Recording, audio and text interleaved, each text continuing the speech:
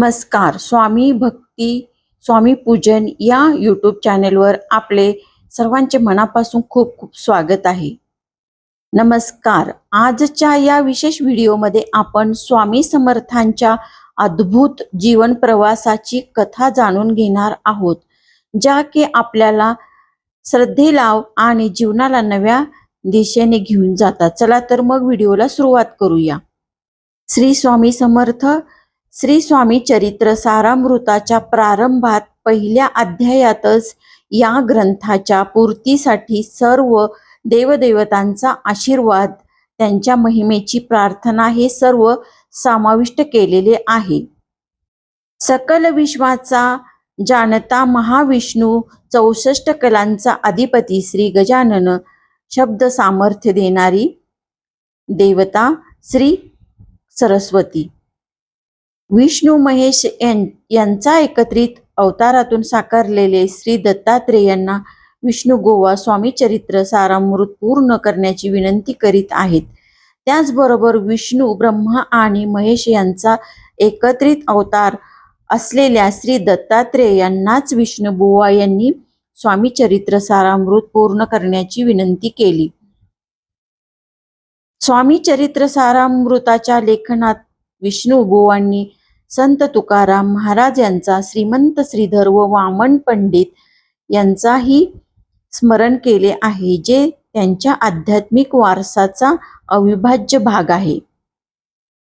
कालिदास शब्द श्रीमंत श्रीधर आणि वामन पंडित विठुरायाशी अभंग संवाद साधणारे संत तुकाराम महाराज यांचाही विष्णुबुवा लेखनाच्या आरंभी स्मरण करतात.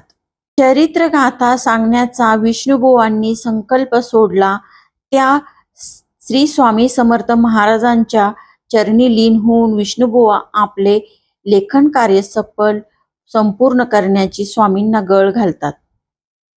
विष्णुबुवांच्या त्या प्रार्थनेनंतरच स्वामी समर्थांच्या चरित्राचं लेखन पूर्णपणे सफल होतं आणि त्यांच्या माध्यमातून भक्तांना त्यांचा दिव्य प्रवास अनुभवता आला. स्वामी समर्थांच्या आशीर्वादामुळेच विष्णुबुवांचा उत्साह आणखी वाढला आणि त्यांनी स्वामी चरित्र सारामृत हे अतिशय लोकप्रिय प्रेरणादायी ग्रंथ बनवला. स्वामी चरित्र लिहून पूर्ण केल्यानंतर विष्णुबुवा थोरात यांनी श्री स्वामी समर्थ कथा या पुढील ग्रंथाचे लेखन केले, ज्यामध्ये स्वामींच्या लीलांचा, त्यांच्या जीवन कथांचा विस्तारपूर्वक वर्णन केले आहे. स्वामी चरित्र लिहिताना दुसऱ्या अध्यायात विष्णुबुवा थोरातांनी स्वामींचा उदय आणि प्रवासावर विवेचन केले आहे. श्री दत्तात्रेयाचा अवतार असलेले श्री नृसिंह सरस्वतींनी संपूर्ण भारतात धर्मजागृतीचे कार्य केल्यानंतर सन 1978 मध्ये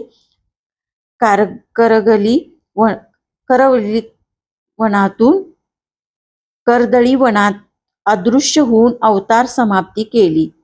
त्यानंतरच श्री स्वामी समर्थांचा अवतार कार्य सुरू झालं आणि त्यांनी कळवलेल्या भक्तांना मार्ग दाखवला. तसेच धर्माचे, आध्यात्मिकतेचे आणि जीवनाचे उच्च ध्येयाचे व्रत घेतले. त्यांच्या घरी स्वामींचे वास्तविक आस्थान कलकत्त्याहून कोणी एक साहेब आले. त्यांच्या घरी एक स्वामींनी वास्तव्य करत असतात. कलकत्त्याहून एक साधू त्यांच्या भेटीला आला, ज्याने स्वामींच्या आध्यात्मिक शक्तीचा आणि त्यांच्या मार्गदर्शनाचा अनुभव घेतला. त्या क्षणी स्वामींनी हसत हसत उत्तर दिलं, आम्ही कर्दळी वनातून प्रवास सुरू केला होता. याच किनाऱ्याने हरिद्वार मार्गे केदारेश्वरला पोहोचले. तिथून बागेत परत निघाल्या स्वामींनी गोदावरीत स्नान केलं. त्यानंतर काही दिवस हैदराबादला वास्तव्य करून मंगळवेढा गाव गाठलं. त्यानंतर स्वामींनी हरिद्वार मार्गे केदारेश्वर प्रवास करून तिथून परत आल्यानंतर त्यांनी गोदावरीत स्नान केले. काही दिवस हैदराबादला वास्तव्य करून ते मंगळवेढा गावाला गेले. बराच काळ स्वामींनी अक्कलकोटमध्ये वास्तव्य केलं होतं. 1200 वर्षानंतर ते पंढरपूर, बेगमपूर, मोहोळ, सोलापूर या ठिकाणावर थांबले आणि त्यानंतर अखेर श्री स्वामी महाराज अक्कलकोटला गेले. श्री स्वामी समर्थांच्या या चरित्राने अनेकांचे जीवन बदलले आणि श्रवण करणाऱ्यांच्या माध्यमातून ते सगळ्यांशी मुक्तदायिका बनली. शेवटी स्वामी समर्थांचे हे चरित्र केवळ वाचनाने किंवा श्रवणानेच नव्हे, तर प्रत्यक्ष अनुभवाने, श्रद्धेने आणि साधनेने आयुष्याला दिशा देणारे साधन बनलं. भाग आपण 3रा अध्याय पुढच्या भागात बघूया.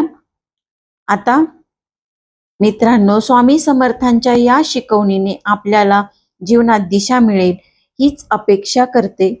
आपल्याला हा व्हिडिओ आवडला असेल तर कृपया लाईक करा, शेअर करा आणि चॅनलला सबस्क्राईब करा.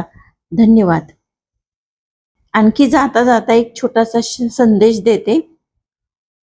स्वामींच्या शिकवणीचा प्रकाश आपल्यावर राहो आणि आपण सगळेच त्यांच्या पायावर चालत राहू अशीच प्रार्थना. भेटूया पुन्हा अशाच माहितीपूर्ण व्हिडिओ सोबत. तोपर्यंत श्री स्वामी समर्थ. धन्यवाद.